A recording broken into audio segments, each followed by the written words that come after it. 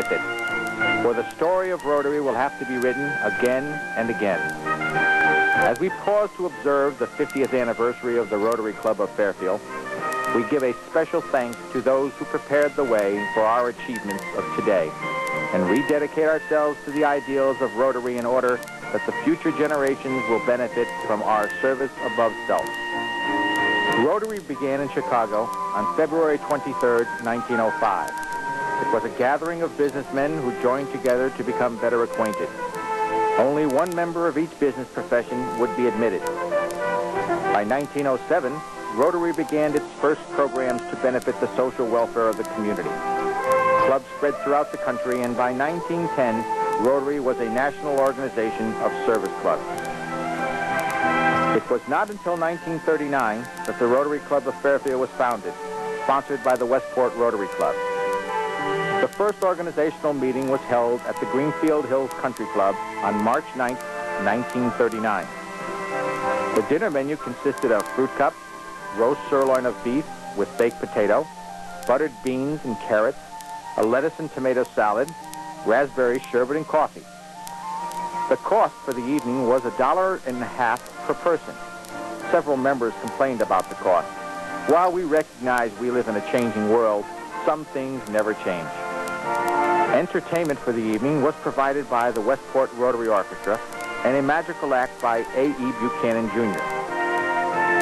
Walter Upham was our first president, and the 18 members were drawn from a broad section of Fairfield's business community. The first charitable efforts of the club involved purchasing books for the youth at Woodfield Village.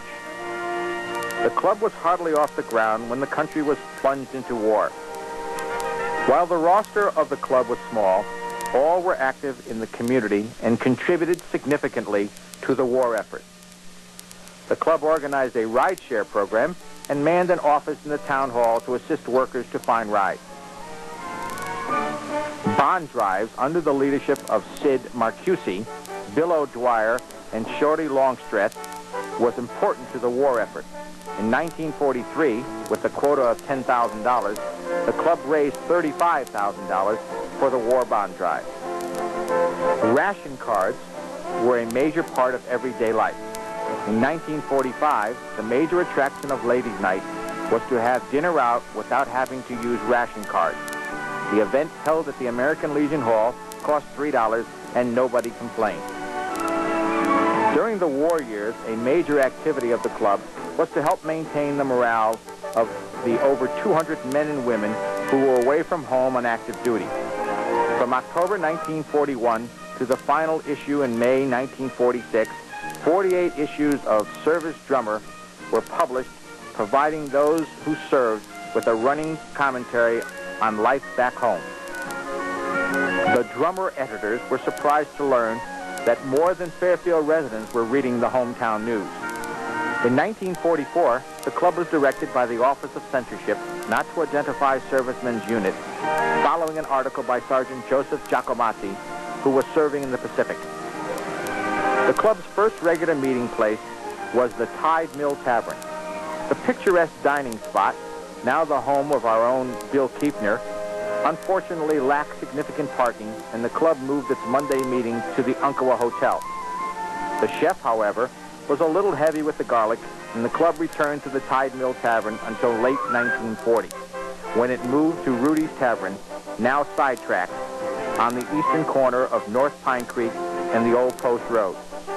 Luncheons were served upstairs in the main room until 1947, when the move was made to the campus room of Jack Rudis's New Fairfield Inn.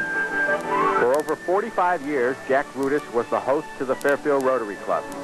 When Jack retired and closed the business in 1986, the club moved its Monday meetings to Octavio's until it closed February 28, 1989. In our 50th year, we have returned to that section of Fairfield where we began, and the Scandinavian Club is now host to our Monday luncheons. As Rotary International membership grew, so too did the Fairfield Club. By 1944, membership had doubled from the original 18, and by 1959, the club had 82 members. During the 70s, the question of women in Rotary was fiercely debated all around the world. In